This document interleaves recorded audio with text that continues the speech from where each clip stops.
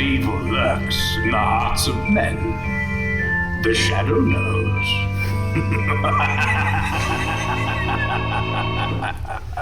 Blue Coal presents The Shadow, the man of mystery who strikes terror in the very souls of evildoers, the lawbreakers and criminals.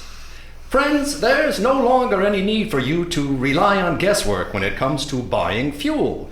Now you can get the best fuel for home use, and know it at a glance too. For blue coal, the finest of Pennsylvania hard coal, is colored a harmless blue at the mines for your protection, so that you can identify it instantly.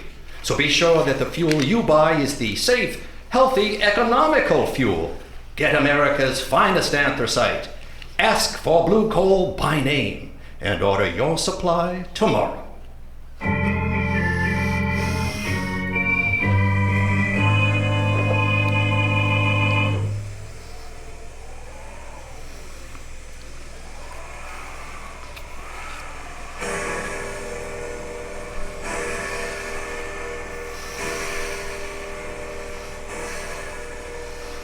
Five, 6, 7. No, Arthur, don't, please. 9. This is the hour, my dear. I can't stand it. I tell you, always at 9 o'clock it comes, but if I hear this horrible thing one more time, I know I'm gonna go crazy. Oh, this is just an awful house. But it's quiet, my dear. Way out in the country like this, I can install my laboratory here as soon as I get around to it. And as for these strange sounds you insist you keep hearing, well, haunted houses have always fascinated me.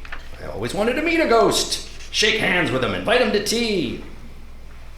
No, stop talking like that. I'm serious. Please, I've tried to stand it for your sake, Arthur. I don't know how much longer. My heart isn't strong, and I just get... You hear it? Well, that's only the wind, isn't it? No. It always starts like that. You know it does. Wait. Don't move. What? Listen.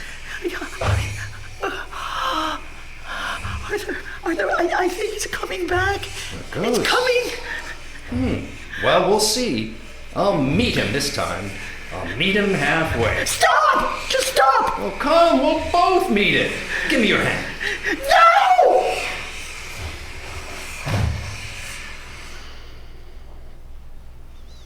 Carol. It stopped. Can't you hear me? Goodness me! Has the shot killed her? Oh, no, her heart still beats. She's only fainted again. Just passed out.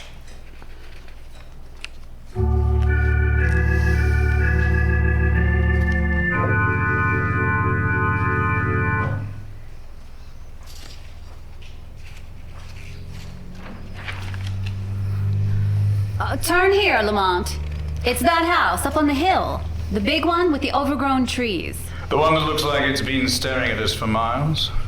What's the reason for this late-night visit, Margo? It's Caroline Snead. I'm worried about her. When I saw her last week in town... Lamont, she looked terrible. She used to be so lively, but now... I don't know. There was something dead in her eyes. Perhaps married life may not agree with her. I mean, she was single for nearly 40 years, wasn't she? It's more than that. Caroline's a wealthy woman. She didn't need to marry anyone. And yet, she rushed into this marriage with a man nobody knows anything about. That doesn't sit right with me. Yes, but right now I'm not the shadow, remember? I'm your patient chauffeur, darling. That monk we visited sensed a need for a rest from my famous mystery man. My last adventure took a lot out of me, you know. Yes, well, I've been keeping an eye on you. But something's wrong here, Lamont. Caroline met this man, this Professor Snead, 6 months ago. He swept her off her feet, but I've only met him once. A marriage problem is hardly a matter for... Well, nobody knows anything about this man she married. He met Caroline in some accidental manner at the county fair. I don't like his looks. Something sinister, I gather? A sinister mustache or shifty eyes? Hence the shadow idea? Well, frankly, yes. He does look like that. Well, who is he anyway? Professor Snead has a small office in town where he's supposed to be working on inventions or something. Well, here we are. You're usually pretty level-headed, Margo. Don't let your aversion to this man you're seeing be too apparent.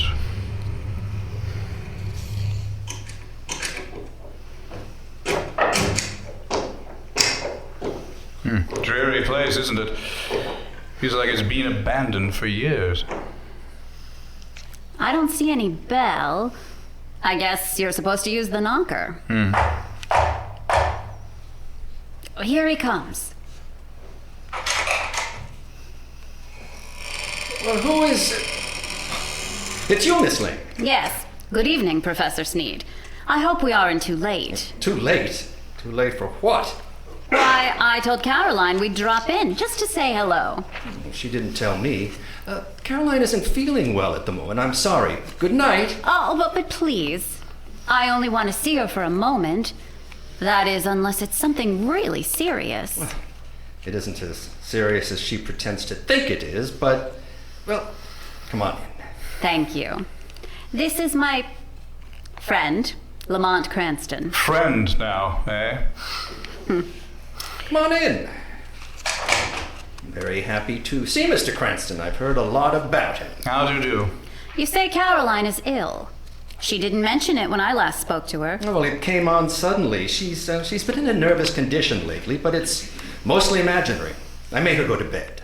Well, would it be all right if I saw her for a few? Well, I suppose so. Go on up if you like. Well, thanks. I'll only be a few minutes, Lamont. What seems to be the trouble with your wife, Professor Snead? She's run down, I guess, just constantly nervous. She has some absurd notion that this place is, haunted. Haunted? It's only the wind, of course. Creaking of an old house. The ghosts. She keeps talking about ghosts, and I can't persuade her that there are no such things. Of course, all houses have a habit of getting themselves haunted, Professor. As for myself, I'm not so sure there aren't such things as ghosts. But surely, Mr. Cranston. Oh, not the conventional sort, perhaps, of it. I mean, people's spirits, their souls, whatever you want to call them, haunting the places where they've been unhappy. Very interesting, I'm sure, but a lot of tosh. I put no stock in it. No? Just noticing the rather rare book on the table, Professor. Neuroses of Death. What? If you're interested in that, well, I'm sure you must be interested in ghosts. I understand its morbid analysis of the factors of violent death are quite interesting. What do you know about it? Oh, I get into all sorts of things, Professor. That's the truth. Professor Snead. Yes, Miss Lane. Caroline wants her sedative. Yes, I'll go up and give it to her. Did you find her comfortable, Miss Lane? Yes, but more nervous than anything else. Well, excuse me just a moment, won't you? Lamont, there's something wrong here. I was afraid there was. I don't know what it is, but it's something terrible. What's the matter with Caroline? She hardly recognized me, and she talks like someone in a trance, as though she were in the grip of some deadly fear. When I suggested sending the doctor over, she shook her head, but I'm going to just the same. I can't help feeling it's that man, her husband. He isn't very pleasant, is he?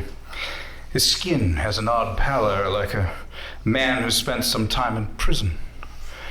And many traits in his behavior that interest me as a psychologist. A remarkable man. You don't know what he... I don't know, but I think we'll investigate this more or less formally. Margo, I'll visit the professor tomorrow in his office in town. If there are ghosts involved here, perhaps the shadow can bring them to light.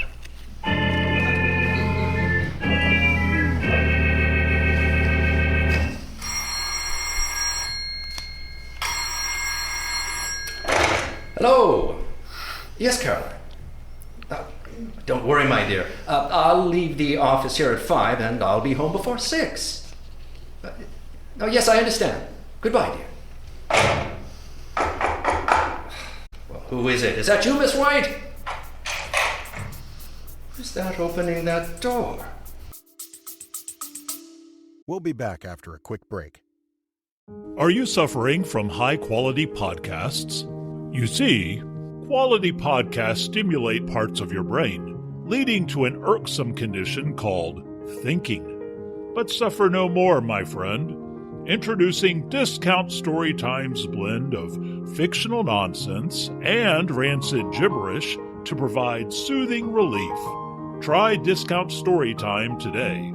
Available on most podcast catchers and at discountstorytime.com. Consult your healthcare provider before listening to Discount Storytime. Not intended to treat unicyclitis, pickleball liver, or jittering expectations.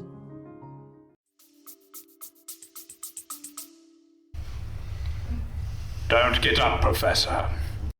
I'll close it after me. What? I thought I might find you in. Who said that? Who are you? Your conscience speaking, Professor. Or have you a conscience? I'll show you what I've got. Don't excite yourself. I'm only a voice. A voice they call a professor. Have you ever heard of the Shadow? The Shadow? Yes. You seem to have heard of me. What do you want? I've come to warn you, Snead. Warn me? Warn me about what? I know what you're doing. What? Yes, and I know how it's going to end. The end is death. Death? I have something here. I'll toss it in your lap. There. You hear it? You get out of here, I tell you. See it? Look, it's half of the ace of spades. When you find the other half of the ace of spades, that will be the end. Get out of here and leave me alone. All right, Snead. I'll go. But don't forget, the Shadow knows. Trying to frighten me with his tricks. Oh, coming back, are you? It's you, Miss White.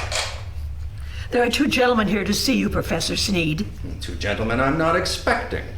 Oh, guess you may remember us, Professor Snead. Yeah, an old friend, Spike Collins and, Mr. Wilson. Yes, of course, sir. Please take those circulars on your desk, Miss White, and mail them at the post office right away. Yes, sir. Lock the door, Mr. Wilson. What are you staring at, Snead? We ain't ghosts. Well, I thought you 2 were doing a stretch at Leavenworth. Yeah, well, we were, but no thanks to you, we found a getaway. And now, we come to see an old pal. Now listen, Spike, I'd help you if I could. We've been watching you, and we know you game.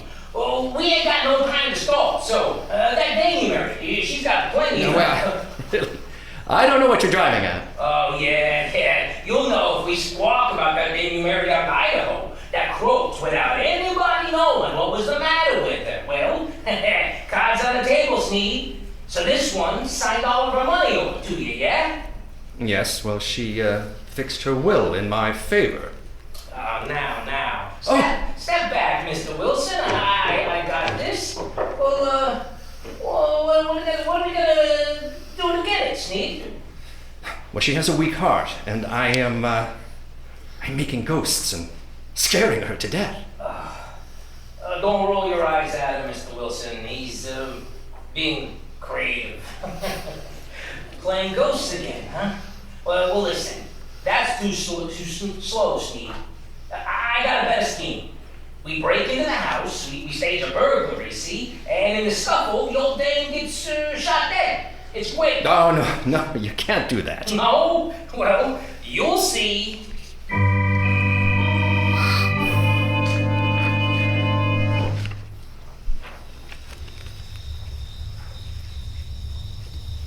Spike Collins.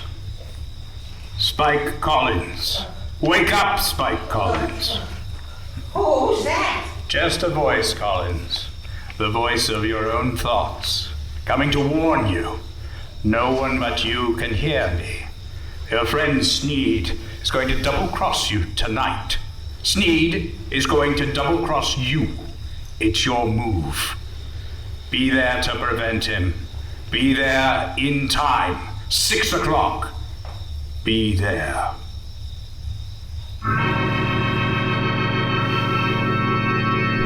The shadow will return in just a few moments. While we're waiting, ladies and gentlemen, I want to tell you about the ever-increasing popularity of Blue Coal, America's finest anthracite.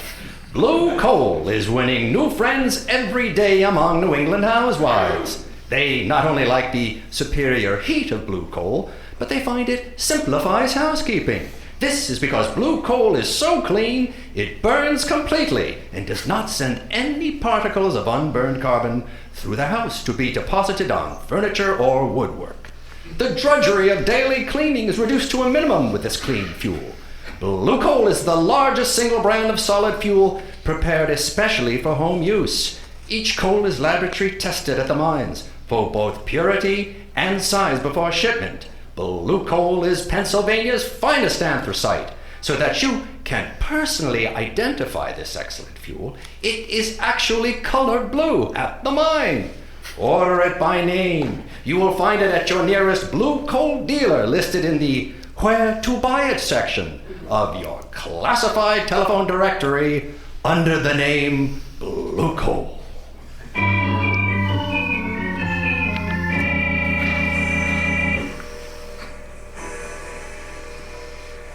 Are you comfortable in that chair, Caroline? Oh, yes, thank you, Margo, dear. And I do appreciate you coming out here and staying with me. Glad to do it. But it's 6 o'clock. Your husband ought to be coming home pretty soon, shouldn't he? Well, he phoned just before you got here, and he said he was starting. He seemed very agitated. Oh, he's a strange, unaccountable man sometimes. There are things about him I don't seem to understand. Yes, I know, dear. He has the car, I suppose. Yes, he's driving. He's probably on his way now.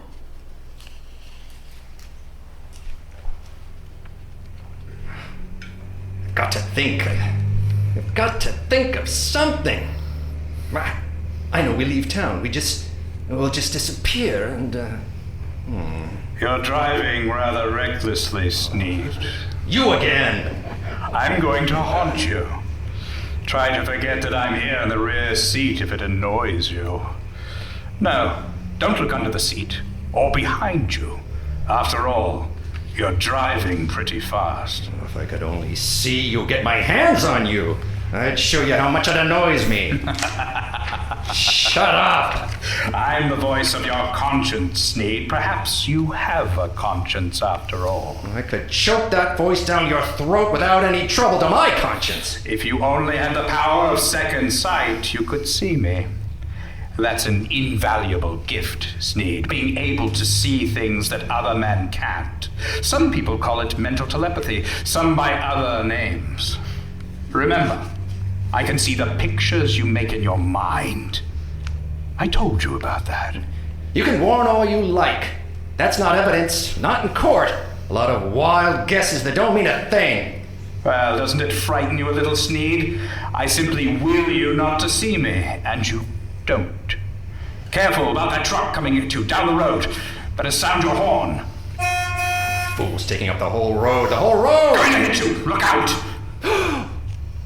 But it's gone, there wasn't any truck. No, I willed you to see it, and you saw it. No truck at all, just hypnotism. That's the way to dispel hallucinations. Drive straight through them. Careful! We're near your house on this old mill road. It's tricky.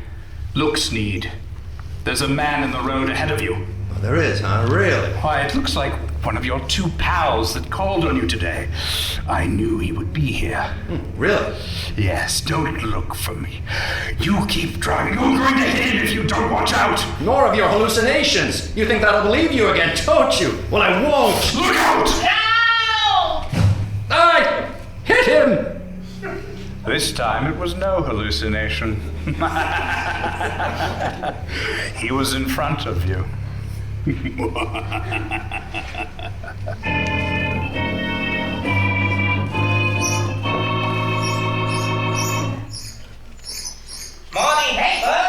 papers, ex-convict Spike Milligan found dead last night on the Old Mill Road. Spike Collins once wanted by the police.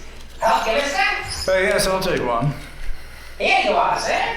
What's it about, Lamont? Spike Collins found dead on Old Mill Road? That's up by the Snead's place. Yes. I believe it is. A notorious criminal struck by an automobile and killed. Well, he was certainly struck by an automobile. I wonder if Snead knew anything about it. He acted very strange when he got home. Strange? He was pale and shaking. Hardly seemed to know I was there. He told Caroline he'd had a message from out of town and they had to pack and leave. And did he say when? They thought they could get the trucks and things ready by this afternoon sometime. You're not going to let Caroline go with him tomorrow? Not if I can help it. Let's see. It's a little after 9. I imagine Commissioner Weston is rather startled by the morning's news. I think I'll have a word with Commissioner Weston.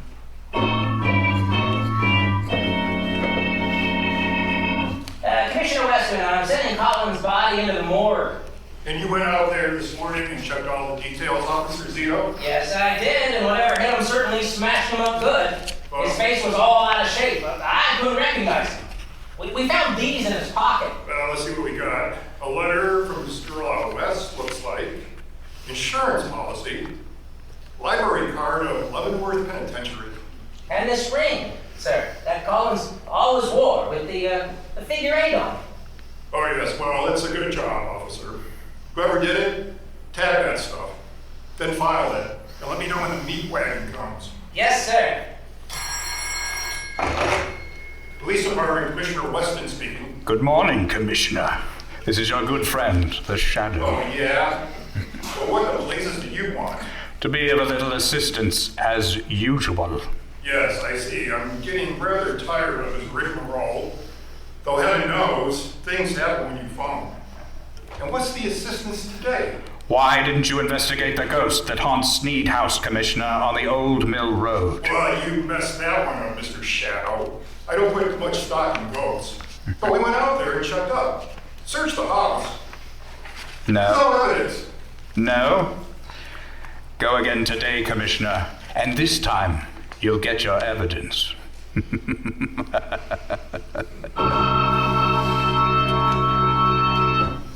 Is that the last trunk, Arthur? Yes, the expressman won't be here until 4, another hour yet. Why don't you go up and lie down for a while, Caroline? Yes, I will try to sleep a little now. It's daylight. You told the milkman we wanted to pay him for the month. He can come to the back. Must be him now at the back door. Oh! Get back!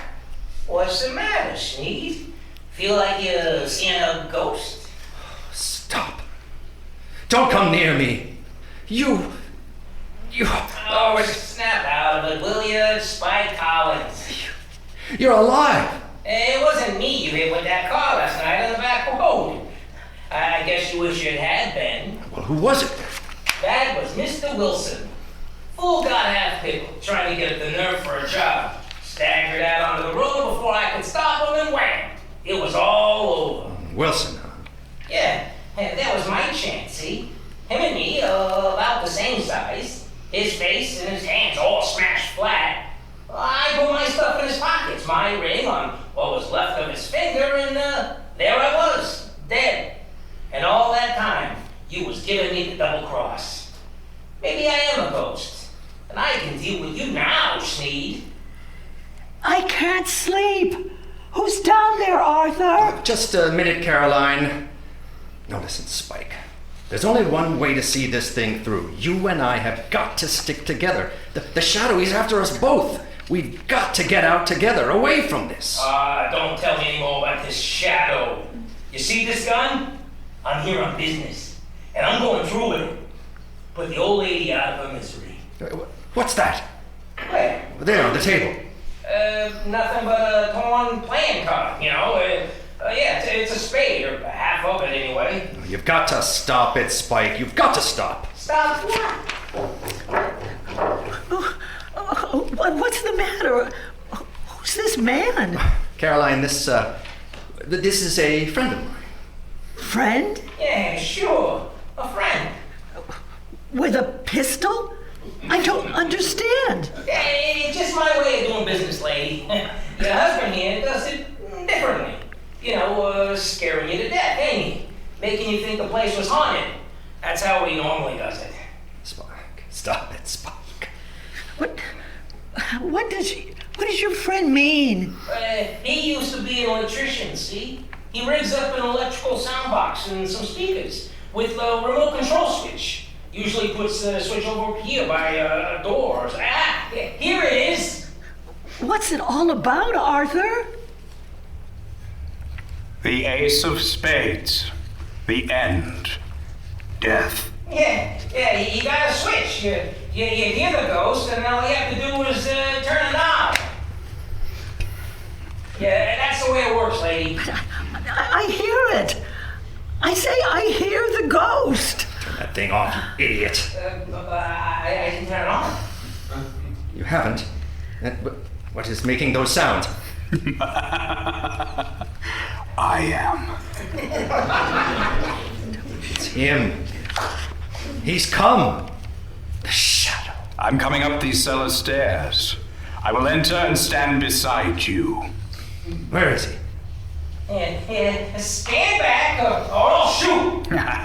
When I enter, I will touch one of you on the shoulder. Stop it. Stop him.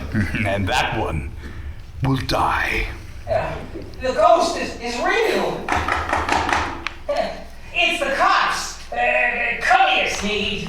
What have I done? What? Don't shoot, Spike. Come here, I see you play. Calling the cops. Not like this. Don't touch me. The jig is up. We'd have pulled it off. I was gonna give you a life, you double-crossing skunk. You killed him. Secure all those rooms. Lies. This was all lies. I trusted him. Don't even, man. My gun. Who? Grab him. Get that gun. I got it. I didn't have no shot. Okay, fine. You win. Spike Collins? How? Who died over here last night? Collins? Whoever it was, I didn't do it. Who is that? Where are you? Don't be alarmed. I'm here behind you, in the shadows. No need to search for him, Caroline. The shadow is always closer than you think. Margo, Arthur is dead. What is happening? I've been watching, waiting for the right moment. Arthur's secrets are far darker than you realize, Caroline. Oh, I see it now. He was the ghost, wanting to kill me. But it's over. Oh, so you're here, Shadow. Maybe you know who got killed here last night. The man killed last night, Commissioner, is a ghost. Oh, yeah? Yes. There are now 2 ghosts in this little adventure. Mr. Collins will probably make the 3rd. You really should believe in ghosts. And in shadows. And sometimes, Commissioner, the dead have more to say than the living. Indeed.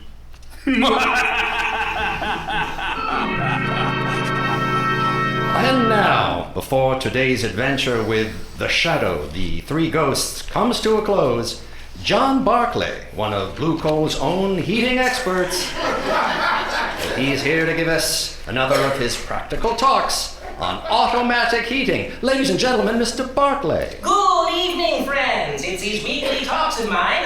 I've shown you the importance of having the temperature of your home properly controlled with a Blue Coal automatic heat regulator.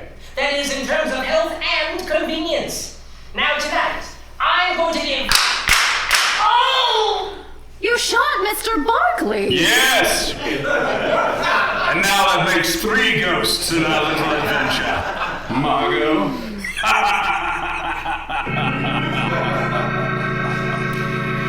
And to everyone from us, a happy Halloween. I'm John Barclay, one of Blue Coal's recently deceased eating experts. Thanking you for listening tonight, and watch out for a quite dangerous man of mystery, the Shadow, ladies and gentlemen, who says... The weed of crime bears bitter fruit. Crime does not pay. The Shadow knows.